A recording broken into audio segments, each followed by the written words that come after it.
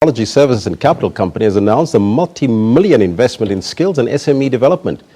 GE says it is committed to partnering with government and other stakeholders to achieve the objectives of the National Development Plan, or the NDP, as most would know it. Now, for more on this announcement of the investment and how it will help in terms of skills development, we are joined in studio by the CEO of General Electric South Africa, Tim Schweikert. Tim, good morning to you and welcome to AM News. Good morning. Thanks for having me. Now, first and foremost, for those who don't know, take us back a little bit, your involvement with the South African government over the many years and the history of GE in this country. Sure. GE's actually been in South Africa for over 100 years. In fact, our first office outside the U.S. was here in Johannesburg, a lighting factory.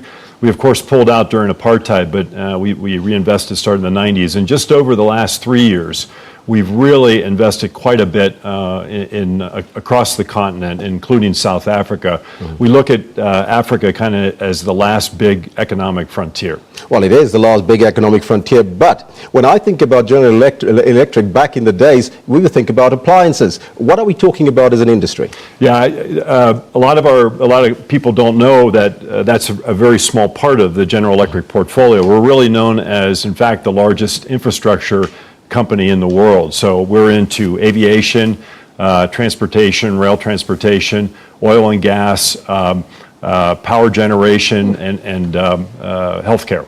Now, let's come back to the story that we've just broke. Now, how much is General Electric investing in South Africa in terms of skills development?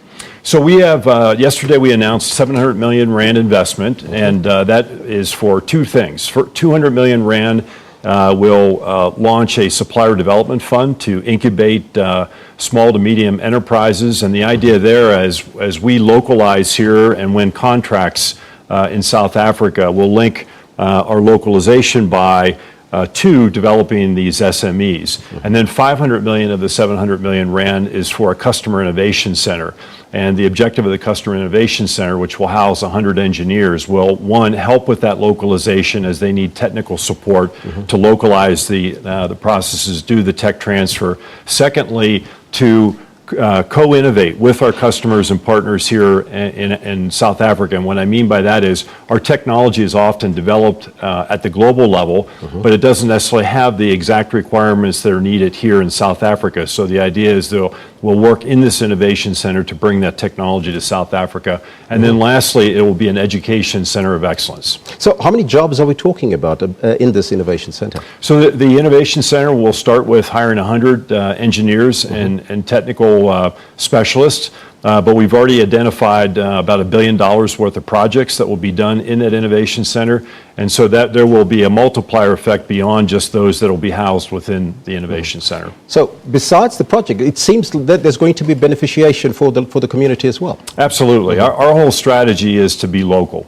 So I'm one of the few non-local people on the staff here, but beyond our people, you know, as we deliver product here, we plan to localize a significant amount of that product. A good example is the recent rail contract we won, where we'll localize over 55% of that here in South Africa. Localize that right here in South Africa? That means producing it right Correct. here? Correct. And the parts and manufacture of the locomotives, where will that happen? Also here? It'll be happening in South Africa for at least 55%. We already have built about 150 locomotives here in South Africa. We've localized already up to about 35%.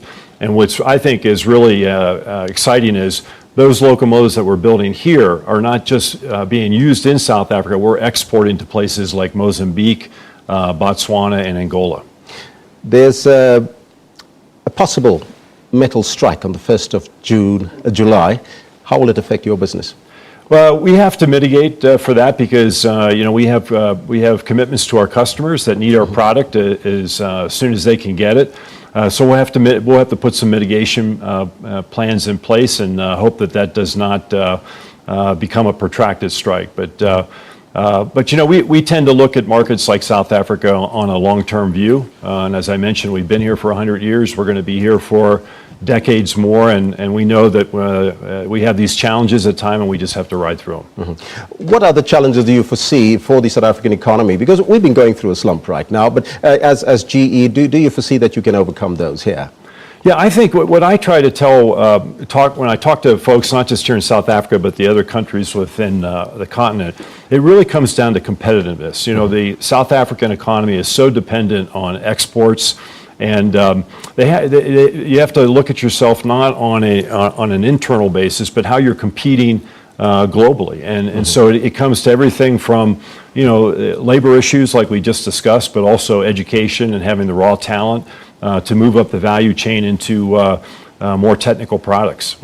I want to come back to the customer innovation center. It sounds very interesting. Where is it going to be based in South Africa, and who will benefit from this? So the Innovation Center, we have a temporary facility that's set up in our Midrand facility today. And we are in the process of looking for a site to do a greenfield. We hope to have that located in the next couple months. It will be here in Gauteng. Greenfield being a new facility, new investment. Yes. Yeah. And so that's where the majority of that $500 million will go into developing that facility. And then the beneficiaries will be our customers. As an example, we've already launched some projects with Transnet Engineering in the rail sector, where they have an engineering capability. We bring our engineers together to co-innovate, to develop some products that are specific, not just to South Africa, but the continent. But we're also planning to bring in universities and other technical entities to collaborate with. Now, what sort of products are we talking about when you talk about products not just for South Africa, but for the entire continent? Sure. So I mentioned the different sectors that we're in. Another interesting example that I like to give is people may not know that we have recently developed a high energy density battery. And it really its capabilities are very much aligned with the needs here in Africa because it likes to operate in hot weather. So the telecom industry is an example that has many of the towers off grid. You combine that battery with a diesel generator, you can reduce operating costs by 40 to 50%. Another application as more renewable comes online here with solar and wind. Obviously, the energy is created when the sun's shining, when the wind's blowing, so you need a capacity to store batteries on a large basis. It's an excellent product for that application as well. That would be co-innovated in the Innovation Center. It sounds like a lot of green technology that we're talking about, which is the way that the General Electric is going. Is that correct? Very much so. You know, we invest about $7-8 billion a year across our industrial portfolio in research and development, and a lot of that is focused on improving the environment and improving healthcare. Now, is this a yearly thing that you're going to invest in South Africa, or is it long term? And I know that we talked about this earlier. Well, this investment is a long-term investment, but we'll continue to invest. And you know, as we look to, I mentioned earlier that you know, we are really bullish on the continent. We've tripled the number of our people here on the continent within the last 3 years.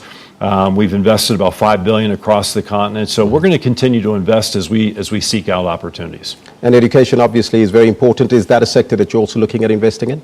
Well, we are very involved in education today already. I mentioned within the Customer Innovation Center that the third element will make that a center of excellence of education. We have a well-known facility outside of New York called Crotonville that has a lot of educational material that we will plan to import to have that offered here locally in South Africa. But beyond the Innovation Center, we are investing heavily in learnership programs, you know, whether it be at the internship level while students are still in college, coming just off program, and then maybe 5 years off program. We have a number of introductory learnership levels as well. And that would be students that obviously study maths and science? Well, not all. Certainly math and science is core to our company being a technology company, but also in the area of finance and human resource management, those sort of things.